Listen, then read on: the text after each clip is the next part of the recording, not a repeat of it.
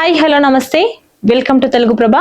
నేను మీ journalist Shivajyothi. So ఇక్కడ చూసుకుంటే పార్లమెంట్ లో నీట్ లీకేజీ ప్రకంపనలు. సో అసలు ఢిల్లీలో ఏం జరుగుతుంది? సిజేపీ నేతలు ఎవరైతే ఉన్నారో అభిజిత్ దీప్కే కానీ ఇంకా సోనం వాంగ్చుక్ ఎందుకు వాళ్ళకి సపోర్ట్ చేస్తున్నారు? అసలు సిజేపీ నేతలందరూ కూడా ఎందుకు ప్రొటెస్ట్ చేస్తున్నారు? అసలు ఇంతమంది విద్యార్థులు, దేశంలోని చాలా మంది విద్యార్థులు కూడా ఢిల్లీలో ఏకతాటిపై నడుస్తున్నారు. అసలు కారణం ఏంటి? ప్రశాంతంగా ప్రొటెస్ట్ చేస్తుంటే వారిపై లాఠీ ఛార్జీలు ఎందుకు చేపడుతున్నారు? అంతేకాకుండా వారిపై బాష్పవాయువులు కూడా ప్రయోగిస్తున్నారు. అసలు ఏదైతే ఈ నిరసనలో ఇది మొత్తం ఉద్రిక్తంగా మారిపోతుంది. ఈ నిరసనలో కేవలం విద్యార్థులు ఎవరైతే అక్కడ నిరసన చేస్తున్నారో వారు మాత్రమే కాకుండా పోలీసులకు కూడా గాయాలవుతున్నాయి. అసలు ఇంత జరుగుతున్నప్పటికీ ఎందుకు గవర్నమెంట్ స్పందించడం లేదు? చూద్దాం. పార్లమెంట్ లో నీట్ లీకేజీ ప్రకంపనలు. సో ఇక్కడ చూసుకుంటే ఇక్కడ రామాలయ విరాళాల చోరీపై చర్చించనున్న విపక్షాలు, స్లోగన్స్ ఇస్తూ ఆందోళనకు దిగిన ప్రతిపక్షాలు. లోక్సభ రాజ్యసభల్లో పదే అంతరాయం. మొదటి రోజే ఉభయ సభలు వాయిదా పడ్డాయి. నిరసనల మధ్య సభ ముందుకు సుప్రీంకోర్టు సవరణ బిల్లు 2026 సో విద్యార్థుల గొంతు నొక్కేందుకు కేంద్రం బలప్రయోగం చేస్తుంది అంటూ కూడా మల్లికార్జున ఖర్గే వ్యాఖ్యానించారు. విద్యార్థులపై లాఠీ చార్జు, బాష్పవాయు ప్రయోగం భారతీయ సంస్కృతి కాదు అంటూ కూడా కాంగ్రెస్ అగ్రనేత రాహుల్ గాంధీ వ్యాఖ్యానించారు. విద్యార్థులపై బాష్పవాయువులు ప్రయోగిస్తారా అంటూ కూడా ప్రియాంక గాంధీ ప్రశ్నించారు. ఇక్కడ విప్లవ శంఖం పూరిస్తున్న యువత అంటూ కూడా అఖిలేష్ యాదవ్ వ్యాఖ్యానించారు. ఇక్కడ చూసుకున్నట్టయితే పార్లమెంట్ వర్షాకాల సమావేశాలు మొదటి రోజే తీవ్ర ఉద్రిక్తతల మధ్య ప్రారంభమయ్యాయి.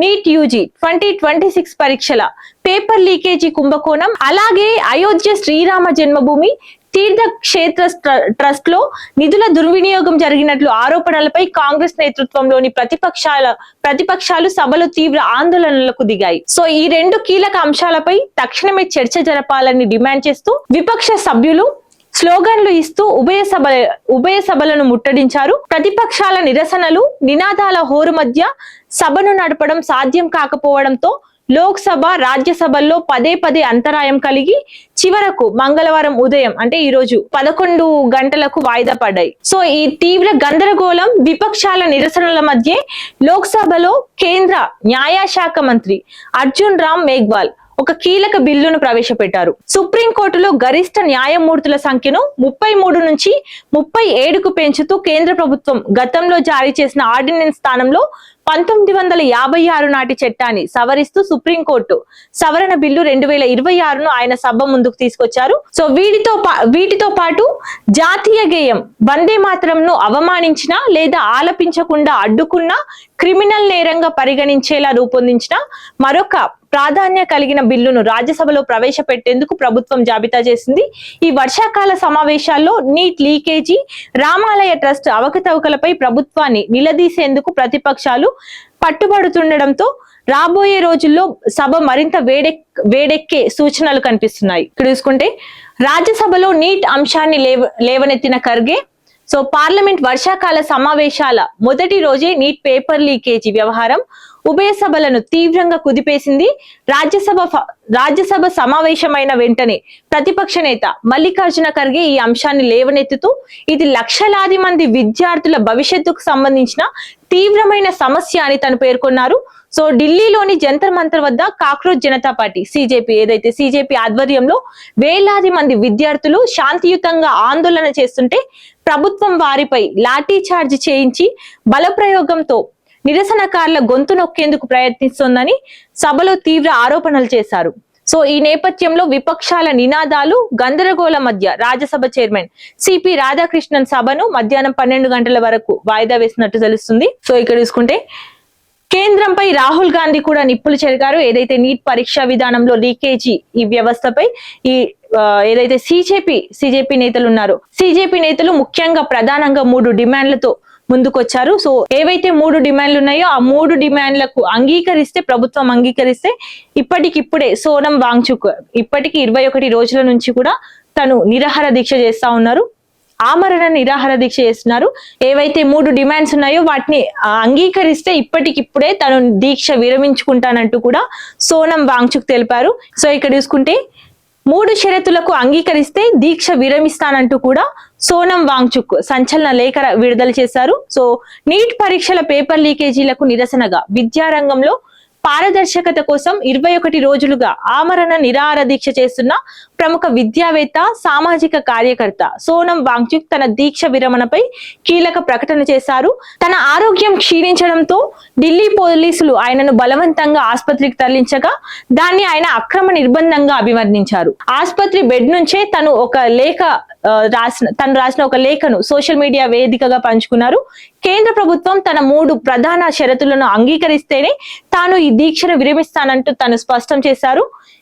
ఇటీవల జరిగిన నీట్ పరీక్షల అవకతవకలపై, విద్యా వ్యవస్థ వైఫల్యాలపై కేంద్ర ప్రభుత్వం పూర్తి బాధ్యత వహించడం ఆయన మొదటి షరతు ఉంది. సో ఈ లీకేజీల అంశంపై పార్లమెంట్ లో ఖచ్చితంగా చర్చ జరుపుతామని రాజకీయ నాయకులు హామీ ఇవ్వడం రెండో షరతుగా ఉంది. సో ఇక తన ఆరోగ్య పరిస్థితి కారణంగా పార్లమెంట్ మార్చిలో పాల్గొనలేకపోతే అగ్రశ్రేణి రాజకీయ నాయకులు స్వయంగా ఆసుపత్రికి వచ్చి ఈ డిమాండ్లపై స్పష్టమైన హామీ ఇవ్వాలంటూ కూడా తను 3 షరతులు విధించారు. ఇక్కడ చూసుకుంటే సిజేపీ చలో సంసద్ మార్చ్ ఉద్రిక్తం. సో ఇక్కడ పోలీసుల లాఠీ చార్జీ, బాష్పవాయువు ప్రయోగం వల్ల ఇక్కడ విద్యార్థులు చాలా అస్తవ్యస్తాలు పడుతున్న దృశ్యాలు మనకి ఇక్కడ కనిపిస్తున్నాయి. సో ఇక్కడ తీవ్రంగా గాయపడిన పోలీసులు, నిరసనకారులు ఇద్దరు కూడా ఇక్కడ తీవ్రంగా గాయాల పాలయ్యారు. 100కు పైగా నిరసనకారులను అరెస్ట్ చేసినట్టు కూడా తెలుస్తుంది. కేంద్రానికి సిజేపీ 3 ప్రధాన డిమాండ్లు పెట్టింది. సో కేంద్రానికి సిజేపీ 3 ప్రధాన డిమాండ్లు పెట్టింది. సో ఇక్కడ డిమాండ్లు నెరవేర్చకపోతే మళ్ళీ నిరసనలు చేస్తామంటూ కూడా సిజేపీ నేతలు స్పష్టం చేశారు.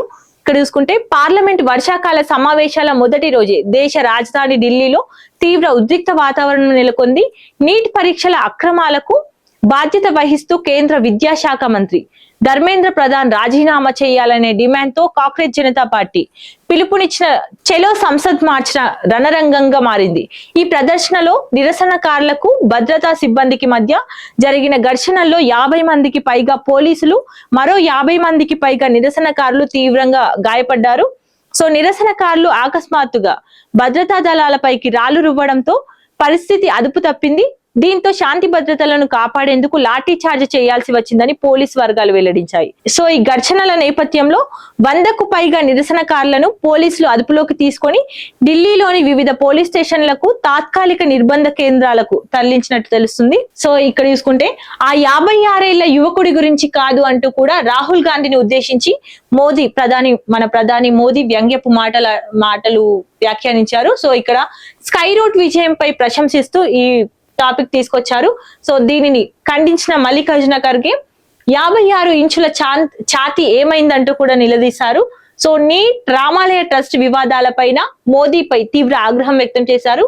ప్రధాని మాటలన్నీ ఒట్టి గప్పాలేనంటూ కూడా జైరాం రమేష్ వ్యాఖ్యానించారు. ఇక్కడ చూసుకుంటే భారతదేశ అంతరిక్ష రంగంలో సరికొత్త మైలురాయిని అధిగమించిన దేశీయ private startup Skyroot Aerospace యువ బృందాన్ని కొనియాడారు. విక్రమ్ 1 రాకెట్ ను విజయవంతంగా కక్షలోకి ప్రవేశపెట్టి దేశ జెండాను అంతరిక్షంలో పాతిన ఈ స్టార్టప్ టీంలోని సభ్యుల సగటు వయసు కేవలం 28 ఏళ్లు మాత్రమేనని ప్రశంసించారు. అయితే ఇదే క్రమంలో ప్రతిపక్ష నేత రాహుల్ గాంధీని ఉద్దేశించి పరోక్షంగా చమత్కరిస్తూ, నేను మాట్లాడుతున్నది దేశ కీర్తిని పెంచిన ఈ 28 ఏళ్ల నిజమైన యువకుల గురించి, అంతేకాని రాజకీయాల్లో ఉండే 56 ఏళ్ల యువకుడి గురించి కాదు అంటూ తను వ్యాఖ్యానించారు. సో పార్లమెంట్ వర్షాకాల సమావేశాల ప్రారంభం సందర్భంగా ప్రధాని నరేంద్ర మోదీ మీడియా ప్రతినిధులతో మాట్లాడుతూ ఈ సందర్భంగా పశ్చిమాసియా యుద్ధ వాతావరణం వల్ల ప్రపంచవ్యాప్తంగా ఇంధన సంక్షోభం ఎదురైనప్పటికీ భారత్ 7.7% వృద్ధి రేటుతో ప్రపంచంలోనే అత్యంత వేగంగా అభివృద్ధి చెందుతున్న ఆర్థిక వ్యవస్థగా నిలిచిందని మోదీ ధీమా వ్యక్తం చేశారు. వర్షాకాల సమావేశాలు ఈ 2 చురుగ్గా ఉంటే ఫలితాలు గొప్పగా ఉంటాయి. అప్పుడే దేశం సంక్షేమంగా ఉంటుంది. అందుకే ఈ 2 మెరుగ్గా ఉండాలని కోరుకుంటున్నాను అంటూ మోదీ తెలిపారు. నిజాలు, తార్కికత ఉన్న చోట ఎలాంటి గందరగోళానికి తావుండదని పేర్కొంటూ ఎంపీలంతా సభలో అర్థవంతమైన చర్చల్లో పాల్గొనాలని పిలుపునిచ్చారు. ఇక్కడ చూసుకుంటే ప్రజాస్వామ్యమా అరాచకమా, నీట్ నిరసనకారులపై లాఠీ చార్జిని ఖండించిన మంత్రి పొన్నం ప్రభాకర్.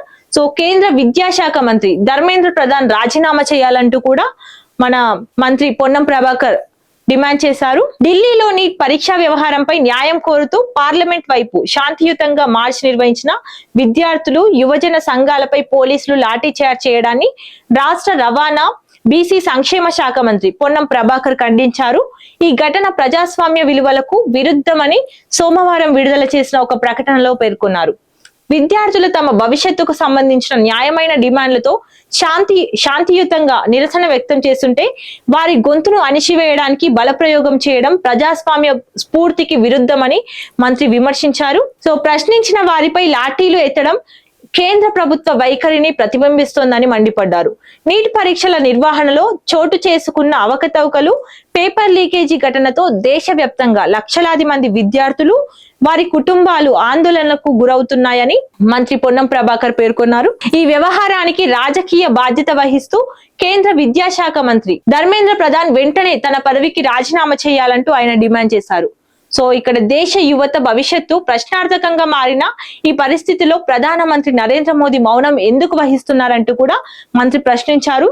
దేశ యువతకు సమాధానం చెప్పాల్సిన బాధ్యత ప్రధానమంత్రిపై ఉంటుందని తను తెలిపారు. విద్యార్థులపై నమోదైన కేసులను వెంటనే ఉపసంహరించుకోవాలని, లాఠీ చార్జ్ బాధ్యులపై కఠిన చర్యలు తీసుకోవాలని, అలాగే నీట్ పరీక్షల నిర్వహణలో పారదర్శకత, జవాబుదారీతనాన్ని నిర్ధారించేలా కేంద్ర ప్రభుత్వం తక్షణ చర్యలు చేపట్టాలని మంత్రి పొన్నం ప్రభాకర్ డిమాండ్ చేశారు. సో ప్రస్తుతం నీట్ పేపర్ లీకేజీపై దేశవ్యాప్తంగా కూడా నిరసనలు వ్యక్తం అవుతున్నాయి. ఇంకా ఇలాంటి నీట్ అప్డేట్స్ కోసం చూస్తూనే ఉండండి తెలుగు ప్రభ.